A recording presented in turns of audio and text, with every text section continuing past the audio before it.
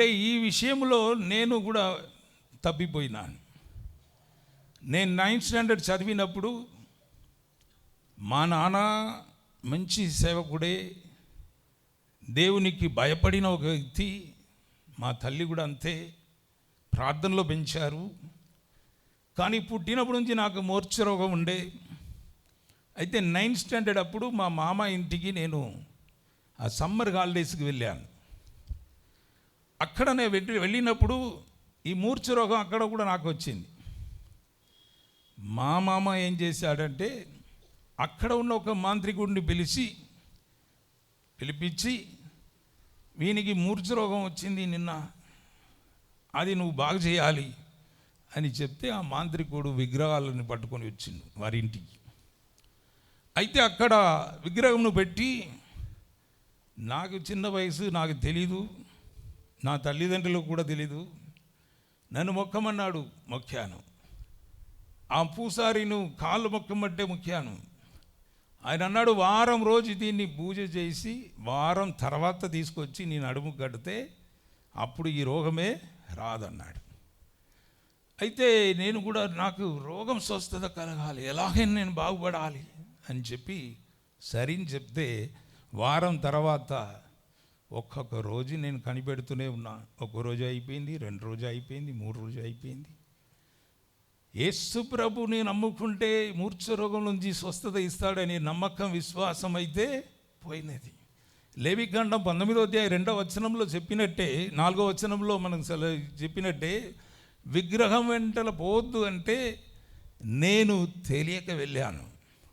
అయితే ఆ దినమే ఒక వారం తర్వాత తీసుకొచ్చి నా నడుము కట్టాడు.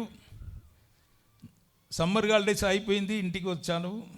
మా జడ్సన్ అన్నయ్యతో చెప్పాను, నేను దాయతు కట్టుకున్నా, ఇంకా నాకు మూర్ఛరోగం రాదు అని చెప్పాను. మా నాన్న రాత్రియే దాయతుని కట్ చేసి ఊరవతలో ఉన్న బావిలో వేసి ఉదయం చూస్తే దాయతు కనపడలే. నేను మా నాన్నతో కోపడ్డా, ఇది ఎవరు కట్ చేశారంటే నేనే కట్ చేశాను, ఊరవతలో ఉన్న బావిలో వేసాను. ఈ దాయతుతో నువ్వు బ్రతకాల్సిన అవసరమో లేదు. నేను నమ్ముకున్న నా యేసు నిన్ను స్వస్థత పరుస్తాడు అని చెప్పాడు. హల్లెలూయా.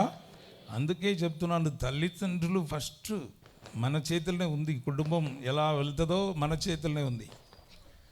మా నాన్న అది చేయకపోతే నేను ఆ పాపంలో పడిపోయేవాడిని. కానీ మా నాన్న అక్కడ అడ్డుగా వచ్చి అది కట్ చేసి పడేసి, ఇది కాదురా, మనకు సర్వభూమికి రాజు ఒక ఆయన ఉన్నాడు, ఒక మెడికల్ డిపార్ట్మెంటే ఉన్నది, అది నీకు స్వస్థత ఇస్తుంది, ఎందుకు తొందరపడుతున్నావు అని మా నాన్న వచ్చి నన్ను ఆ సమయంలో ఆ విధంగా చేయకపోతే ఈ దినం నేను మీ ముందు ఉన్నవాడిని కాదు. సరే, ఇది అయిపోయింది. మా మామకి ఏం జరిగిందంటే, మా మామకి ఎవరో చేతబడి చేసి తర్వాత జరిగిన విషయం, ఆయన మంచంలోనే ఉండి అలాగనే చనిపోయాడు. ఎందుకు చెప్తున్నానంటే, విగ్రహాలు వెంటనే పోవద్దు. కొన్నిసార్లు మనం కూడా బాధలతో కృంగిపోయి ఏం చేయాలి అని అనుకున్నప్పుడు ఎవడో ఒకడు వస్తాడు. ఇక్కడ ఒక పలానా వ్యక్తి ఉన్నాడు, ఆయన దగ్గర పోయి అడిగితే అన్నీ బాగా అవుతుంది. నాకు కూడా అప్పుడప్పుడు చెప్తారు, సిస్టర్కి తెలుసు, ఇన్ని సమస్యలు ఉన్నది బ్రదర్, ఒక్కసారి ఒకరిని పంపిస్తా, నాకు తెలిసినవాడిని పంపిస్తా, వాడు వస్తే నీకు మొత్తం క్లియర్ అవుతుంది, నీ దారి క్లియర్ అవుతుంది అంటాడు. వద్దండి, నాకైతే ఆయన ఉన్నాడు, ఆయన వాక్యం నాకు ముందుగా వెళ్తుంది అని చెప్పేవాడిని. అయితే రెండోదిగా మనము దూరపరిచినప్పుడు పరిశుద్ధమైన దేవుని బిడ్డలుగా, పరిశుద్ధులుగా మనము జీవించగలుగుతాం. మూడోదిగా లేవికాండం 19:9 చూడండి.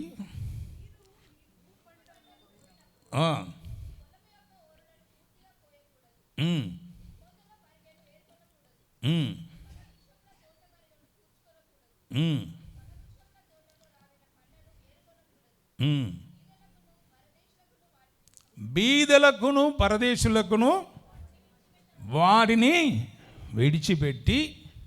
పెట్టాలి, నేను మీ దేవుడైన యెహోవా.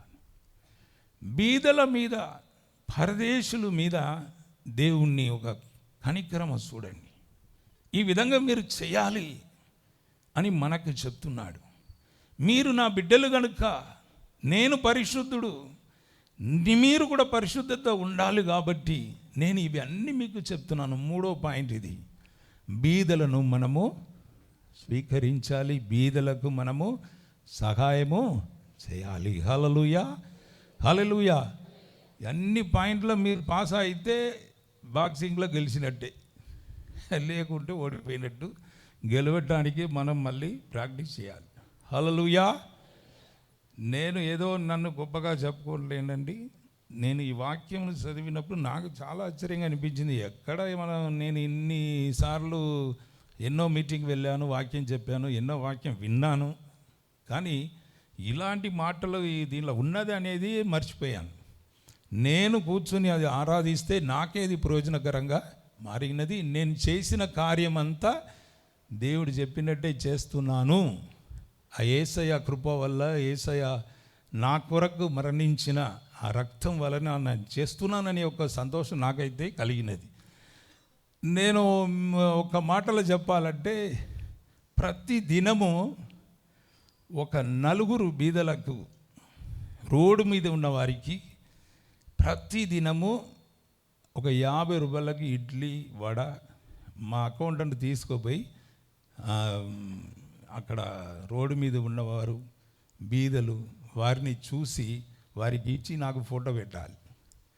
అయితే ఒక్క ఈస్టర్ నాడు నుంచి ఒక ఈస్టర్ పండుగ దినము నుండి నేను ఆ విధంగా ఒక ప్రత్యేకంగా నేను తీసుకున్నాను, ఈ విధంగా చేస్తాను తండ్రి అని.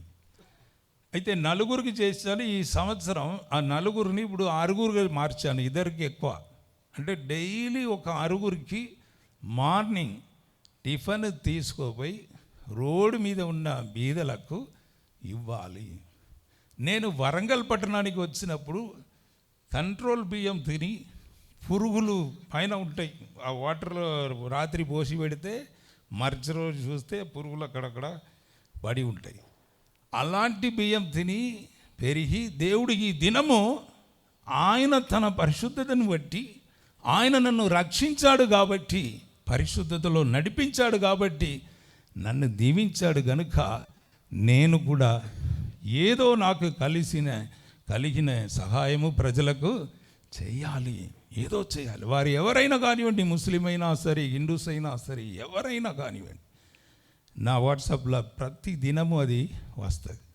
నేనేదో గొప్పగా చెప్పుకుంటలేదు, కానీ దేవుని మాట ద్వారా నడుస్తున్నాను అనే ఒక సంతోషం, సంతృప్తి నాలో సంతోషంగా ఉన్నాను. నాకు ఉన్నా లేకున్నా, కష్టంలో ఉన్నా, ఇరుకులో ఉన్నా, ఇబ్బందిలో ఉన్నా సరే, నేనైతే దేవుని బిడ్డలుగా చేసే కార్యము చేస్తున్నాను అనే ఒక సంతోషం నాలో కలిగినది.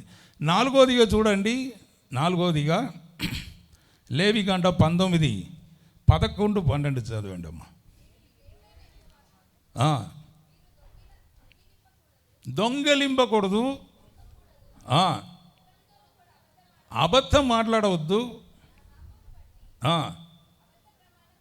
అబద్ధ ప్రమాణము చేయకూడదు, అబద్ధము మాట్లాడవద్దు.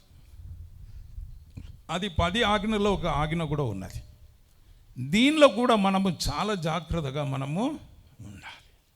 మన జీవితం, నా తండ్రి పరిశుద్ధుడు కనుక నేను కూడా పరిశుద్ధంగా జీవించాలి అంటే ఈ 4వ పాయింట్ మనకు చాలా అవసరం. ఇది 4వ పంచ్ అన్నట్టు. బాక్సింగ్ పోటీలో పంచ్ అంటారు. పంచ్ అంటే ఇట్లా గుద్దడం. 4వ పంచ్లో అపవాది పడిపోవాలి. హల్లెలూయా. అవును. అయితే అబద్ధం మాట్లాడకూడదు. కొందరు అంటారు 1000 అబద్ధం ఆడినా ఒక పెళ్ళిని చేసి పడేయాలి, తర్వాత వాళ్ళు ఎన్ని బాధలు అనుభవించినా పర్వాలే అని అంటారు. నిజంగా చెప్తున్నాను, చాలామంది క్రైస్తవ కుటుంబంలో కూడా అబద్ధాలు మాట్లాడి అనేక కుటుంబాలలో నశించిపోవటం మనము చూస్తున్నాం ఈ కాలంలో. యాక్టింగ్ పెద్దగా ఉంటుంది, ఏదో దేవునిలో పెద్దగా ఎదిగినట్టు అనిపిస్తుంది, కానీ యాక్టింగ్ చేస్తారు. కానీ కుటుంబంలో పోయి చూస్తే మొత్తం గందరగోళమే ఉంటుంది. కాబట్టి దేవుని బిడ్డలారా, దేవుడు అంటున్నాడు, మీరు